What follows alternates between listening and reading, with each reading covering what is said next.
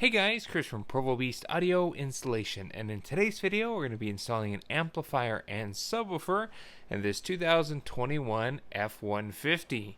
Now in this install we're going to show you how to integrate this amp and sub to the existing factory audio sound system. Let's get started.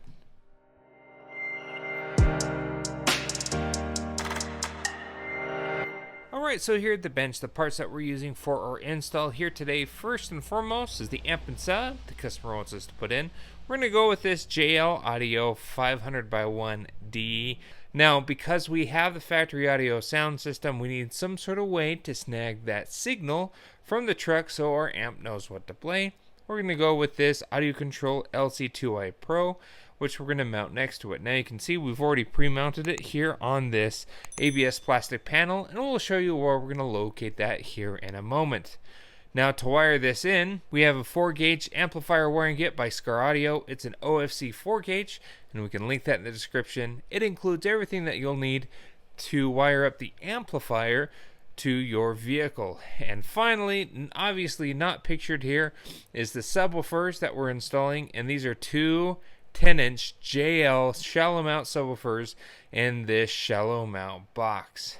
Now one quick thing to know, our F150 is the Lariat trim model, so it actually comes with a B&O factory upgraded audio sound system. There's actually two versions of the B&O, the Unleashed version as well as the standard B&O version. Regardless, it's a factory audio sound system, and it's going to have a factory amp and sub that's located behind the driver's side rear seat, and we have to tap into that factory audio sound system to provide signal to our new amplifier so it knows what to play. Now if you have the bass trim, you don't have a factory amp, you can tap into any of the 4-door speakers to rob audio signal for your new amplifier, and we can kind of show you and direct you where to get that.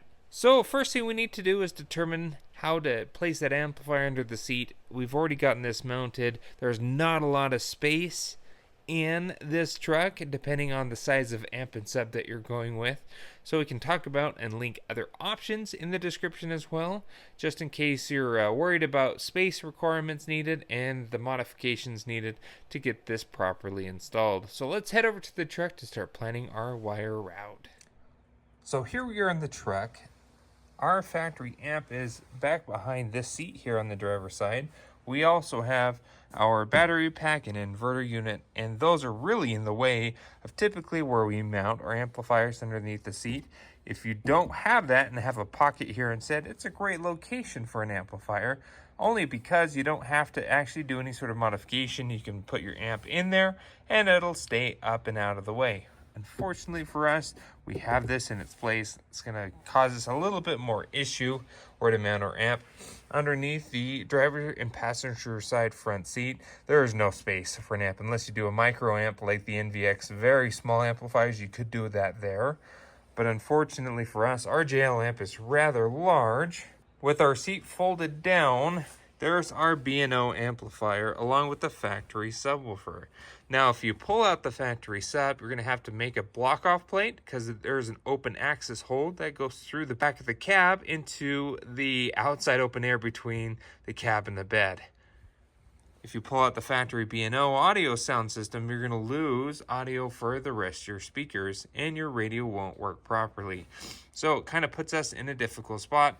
Over there, we've pulled it out, but it's your jack and jack equipment. So where we found is there's a nice flat spot right here where we can barely squeeze everything in there. And that's probably going to be the best location for us in our install here today to mount our amplifier. Hence why we grabbed that piece of ABS plastic and mounted it there. Now as we get started, you may ask yourself, well, how did we put down this back seat? The other side has a nice little pulley or pull tab. This side does not. I'm happy to say that it's an identical latch design as previous F150 generations.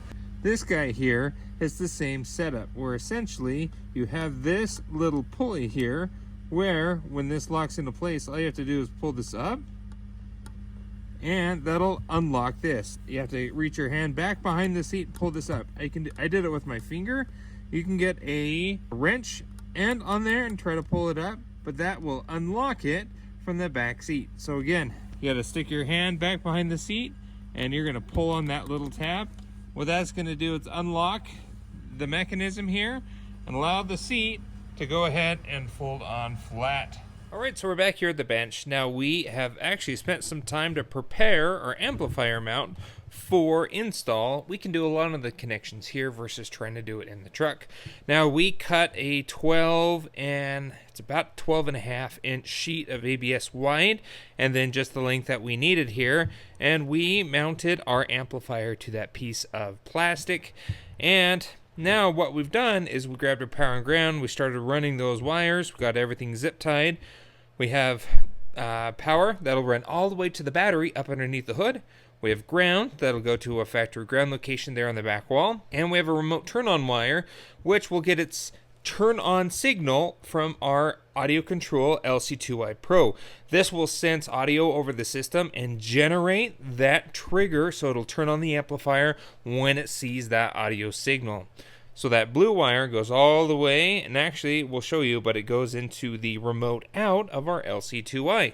Now obviously our blue wire, long blue wire here, we'll run that all the way to the battery. It's just here on the floor. And then our ground here, we routed it that direction to the factory grounding point location. RCA cables, we also ran that. And this will go to the base output of our LC2i. Just nice and short, we have these shorty RCA cables here. And then finally, our speaker wire output, we actually put a little hole through it, and this will go to our subwoofer box. So those are the connections on the amplifier. Rotating this around from our LC2i, you can see those power, ground, and remote out. Now where we got our power and ground, we actually just robbed it off the terminals of our amplifier. Yellow is our positive, so we connected it to the positive terminal of the amp. And then black is our ground, same thing, ground of the amp. You can also run that to its own dedicated power source. And then this is the output, remote out. That'll go to the remote in of the amp. Now we don't have a remote in here because, again, we want this to generate a remote turn on. So we've set our trigger mode to GTO, or generated turn on. It'll generate that output for us, so it'll turn everything on for us again once it sees audio. Then we have our input. This is where we have to feed this line-out converter signal from the factory subwoofer or a factory audio. If you have the bass trim, this can just be 2 channels of input from your rear door speakers, or if you pull out the head unit, it just needs 2 channels of input here. Our sub is right here in the back, so we have really shorty speaker wire, and we'll tap into the subwoofer connections there at the sub. So we have this, and then about 2 feet of run, which will zip tie and run that all the way to the factory subwoofer plug. And that's located kind of center in the back of the cab, back behind the rear seats. So those are our connections here at the amplifier. At this point of time, we can pick up this giant thing and head over to the car to try to get everything fitted and installed. All right, so we got our amplifier in there. As you can see, it barely fits. It's sitting between both posts there. We'll probably just tack it into place, mount it to this plastic mount so it just doesn't rattle. But overall, it looks really nice and clean. And now we got to run this power wire towards the battery area, which is underneath the hood on the passenger side. So we'll go towards the front, we'll go up and over the transmission tunnel, then through the grommet there. Here's the top side. It all fits in there really, really well, but it's so tight. But we got it to work. Now here is our subwoofer signal, and here's the factory sub. Now this factory sub is teeny, and even the wiring to it is almost non-existent. It's crazy how small these wires are here, but that's what we need to tap into. We'll just solder onto those because that's the signal to the factory sub. That usually just plugs in there. So we'll tap into that signal to the sub for our line-out converter. Over here, our ground comes up. There is our factory grounding location. Now we actually pulled off that ground there, cleaned it up with a wire brush, and put everything back on. But there is our factory ground, where we hooked our ground to our amplifier. Now we need to finish zip tying and cleaning everything up here. But our next segment, let's go ahead and start running this wire all the way to underneath the hood.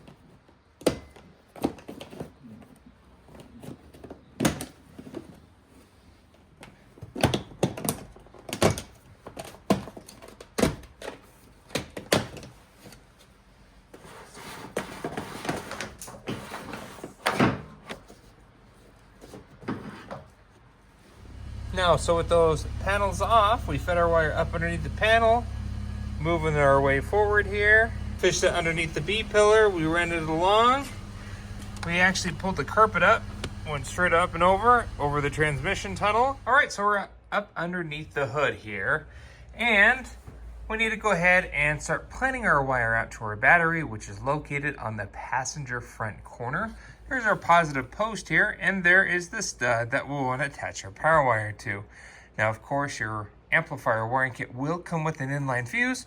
We'll put that fuse as close to the battery as possible so we can protect that entire run to the amp itself. Now, there's a great grommet there in the back with a little nipple that you can cut off. There it is right there at the top. Get some flush cuts, cut that off, and it's going to expose a hole that you can pass your power wire through the firewall. It's meant for additional accessories. So we're going to do that, and then we're going to use our notorious hanger wire and pull it, using it as a fish, to pull our power wire through the firewall. So we went ahead and cut that little nipple off using some flush cuts there. And we ran our wire hanger, poked through the other side. We'll loop this up really well with some soap and water, but we found it on the other end, and that's where it comes on down. Now, what we're gonna do is tape our wire to it and again, lube it up heavily with some soap and water. Then we'll go from the engine bay side and pull it on through.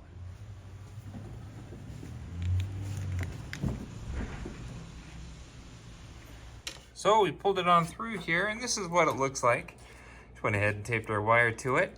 Lubed it up really well with some soap and water, and it actually passed on through that grommet super easily. So that's all done. Let's take off the tape, clean up our lubricant, and we're going to connect this end to the fuse holder, and then a short end that'll go to our positive post of our battery. All right, so we went ahead and split loomed it. We built a little ABS plastic fuse holder mount with leftover plastic from our amp mount.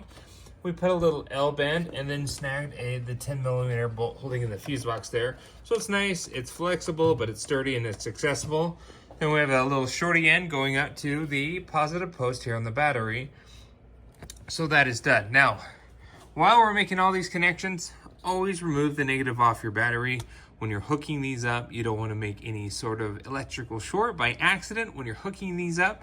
All our main connections are done for power and ground, so we went ahead and replaced the negative back on the battery so we can finally finish up the last little bit back behind the seat for our amplifier install. Now we're back here in the trunk area. Here's the factory sub and the harness that went to that sub. Our positive is going to be this blue and our negative is going to be this gray, and essentially here when we plug this on in, it'll still retain the factory sub, but we need to tap these two wires, and we're just going to combine our left and our right to make a mono and connect into the two wires here. So our blues are a positive that go to our line out converter, and the grays are the negative, and we're almost matching that color for color here, ironically enough. So what we're going to do is not cut this totally off. We'll just expose the copper wire and we'll solder into that connection. All right, so we stripped back the copper wire with our wire strippers. We didn't break the connection. Now we'll poke a hole through it and thread our wire through, kind of like threading a needle. All right, so we went ahead and wrapped our wire around that wire. What we're gonna do is put a little solder on there, and then we'll insulate those connections.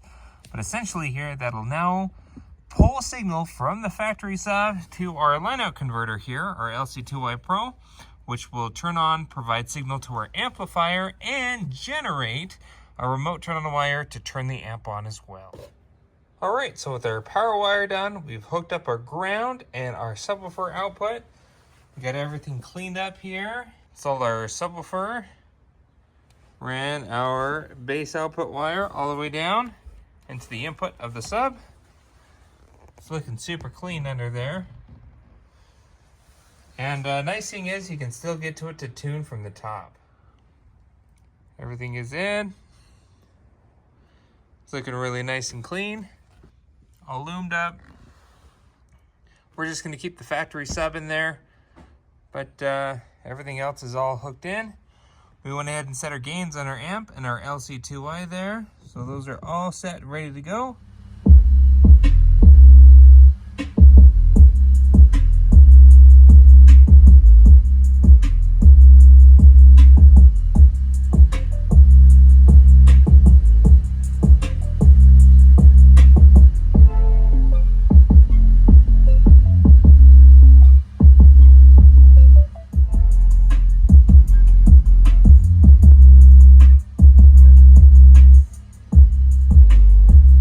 about it for this install. Everything's tuned, it sounds great. We spent a lot of time just tuning it, making it sound nice and clean.